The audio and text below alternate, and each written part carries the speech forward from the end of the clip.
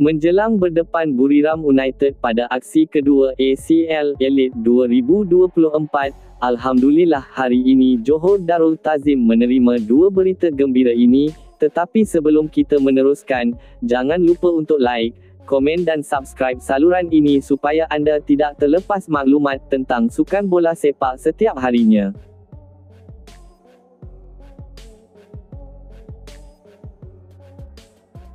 Johor Darul Ta'zim akan menentang Buriram United pada aksi kedua ACL Elite 2024 malam ini.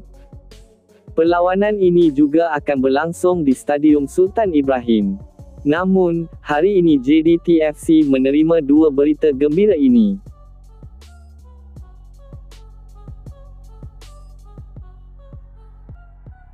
Satu, JDT berpeluang cerah terus banggakan Malaysia di pentas Asia.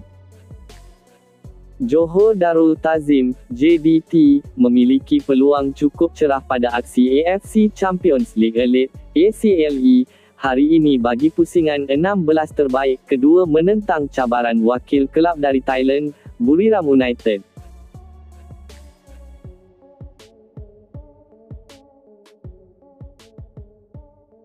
Pada aksi lalu, wakil kelab dari Malaysia ini berjaya mengikat seri Buriram United di gelanggang lawan dengan aksi masing-masing terikat seri tanpa jaringan.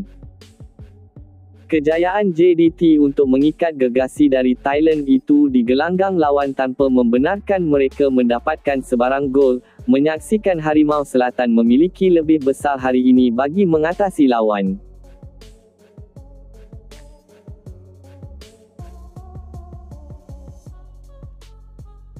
Ianya kerana skuad kendalian Hector Bidoglio bakal beraksi di halaman sendiri iaitu Stadium Sultan Ibrahim, SSI, Iskandar Puteri yang merupakan kubu kuat pasukan tersebut sejak beberapa musim lalu.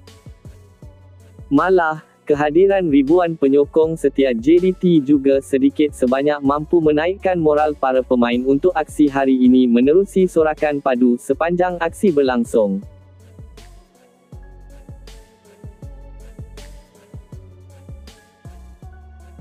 Sorakan itu juga sedikit sebanyak mampu menghadirkan rasa gerun buat pelawat untuk menampilkan aksi terbaik mereka berdepan pasukan tuan rumah.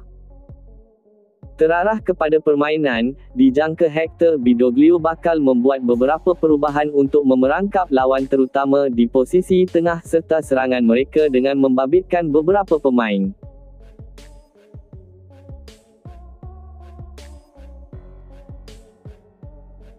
Jika aksi lalu menyaksikan JDT beraksi dengan sedikit pasif dan bergantung kepada siri serangan balas untuk cuba mendapatkan gol, pastinya Hector akan mengubah beberapa perkara demi memastikan wakil kelab dari Malaysia itu meraih kejayaan.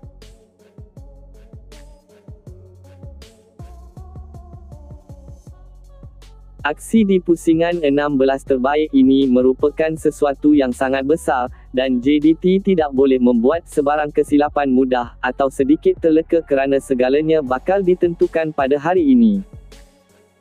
Apatah lagi lawan juga sudah membuktikan kekuatan mereka menerusi corak permainan tersusun serta barisan pemain cukup berwibawa di segenap posisi untuk mengimbangi JDT.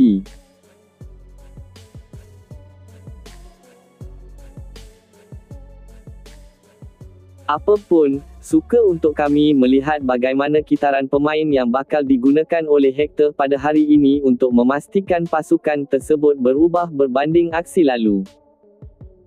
Bintang utama baharu mereka seperti Samu Castilejo juga antara tarikan utama pada aksi hari ini kerana aksi beliau sebelum itu sudah dianggap meyakinkan walau ia merupakan perlawanan sulung.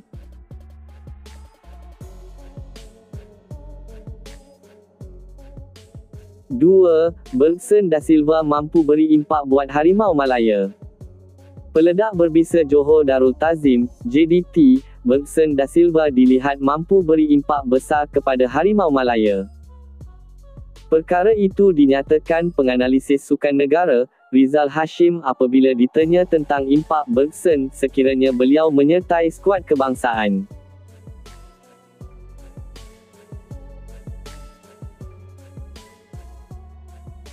Rizal melihat rekod jaringan hebat bekas penyerang Fortaleza itu mampu memberi nilai tambah kepada jentera serangan Harimau Malaya. Antara pilihannya adalah menaturalisasikan Bergson pada masa yang tepat dalam tempoh boleh ditampilkan atau digunakan dalam perlawanan menentang Vietnam, katanya kepada wartawan media sukan.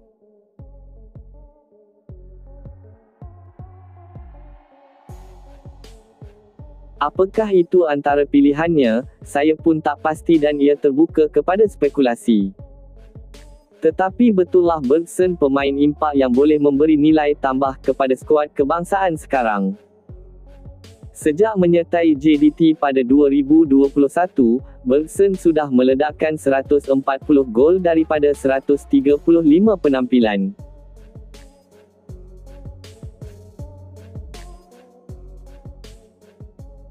Beliau turut mencipta 28 bantuan gol buat Harimau Selatan. Selain Bergson, beberapa lagi nama turut dicanang sebagai calon pemain naturalisasi Harimau Malaya seperti Manuel Hidalgo, Jordan Mintah dan Giancarlo Gelaifoco.